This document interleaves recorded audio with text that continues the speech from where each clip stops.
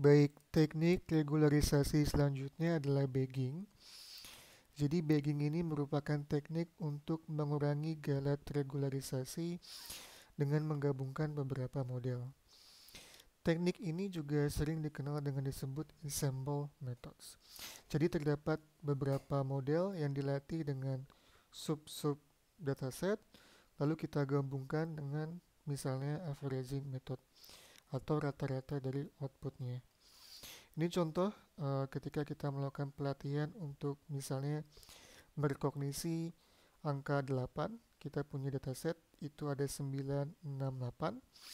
Terus kita punya dua model, jadi satu model itu dilatih dengan satu sampel dari dataset yang tadi, sampel yang pertama maksudnya, ini ada sampel yang kedua, berarti ada dua dataset yang dihasilkan dari satu dataset original. Didapatkan modelnya, ini ya, ini contoh yang model pertama, itu mendeteksi seperti ini karena dia fokusnya ke data 8 dan 6, memisahkan antara 8 dan 6. Di sini dia difokuskan untuk memisahkan angka 8 dan 9. Akan terlihat bahwa ketika dilakukan prediksi, itu di sini 8 dan 8, maka hasilnya akan lebih robust. Karena kedua model memberikan hasil voting yang sama. Itu salah satu bentuk regularisasi. Nah, bentuk yang lain adalah dropout. Ini cukup terkenal. Jadi dropout itu adalah kita ingin mendrop koneksi di neural network selama pelatihan. Misal ini adalah neural network yang standar, dia punya banyak koneksi.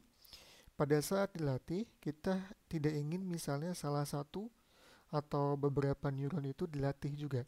Jadi kita drop, misalnya di sini ada 1, 2, 3, 4, 5, 6, 7. Ada 7 unit atau neuron yang di drop untuk tidak dilatih selama latihan mini batch-nya ya di sini. Oke, ini contoh at training time kita melakukan dropout dengan probability P. Jadi setiap neuron ini akan ada dengan tingkat probabilitas tertentu. Semakin tinggi probabilitasnya maka dia akan semakin peluangnya akan semakin tinggi untuk dilatih. Tetapi pada saat test time, waktu prediksi, waktu pengujian, kita tidak melakukan dropout, tapi dia akan selalu ada di sini ya. Oke, jadi hasil dari pelatihan itu tidak melibatkan dropout, tetapi hasilnya itulah yang dijadikan sebagai bentuk regularisasi.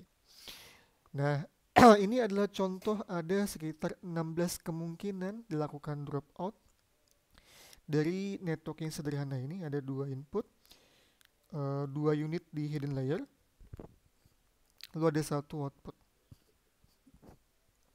Dari sini ada 16 kemungkinan model yang bisa dibuat. Sehingga kita bisa melakukan pendekatan walaupun tidak sepenuhnya benar bahwa dropout itu mirip seperti bagging. Kalau di bagging kita melakukan pelatihan dengan model-model yang berbeda dengan sub data training yang berbeda, tetapi di dropout kita menggunakan dataset yang sama tetapi modelnya itu berbeda-beda tiap update bobotnya. Oke. Di sini dikatakan dropout itu melatih assemble, model assemble tadi yang terdiri dari semua subnetwork yang dapat dibentuk dengan meremove non-output units from an underlying base network, dengan meremove unit atau neuron yang bukan output dari network basisnya atau dasarnya. Oke. Lalu bagaimana proses model matematisnya? Misal kita punya suatu probability distribution yaitu dari Bernoulli. Masih ingat minggu sebelumnya ya, Bernoulli itu sifatnya dia satu atau 0. Oke, binary, true atau false. Di sini akan diambil Bernoulli antara 0 dan 1 atau 1 dan 0. Terus nanti di sini akan dilakukan misalnya kalikan dengan y, r. Jadi kalau misalnya di sini 1 berarti y-nya ikut. Kalau di sini 0 berarti y-nya tidak ikut.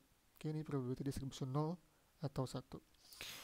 Oke, kalau misalkan 1 maka dia ikut dan di sini akan dilakukan proses seperti biasanya. Dikalikan dengan bobot ditambah dengan bias, ini akan diupdate bobot dan biasnya, lalu masuk ke layar-layar berikutnya.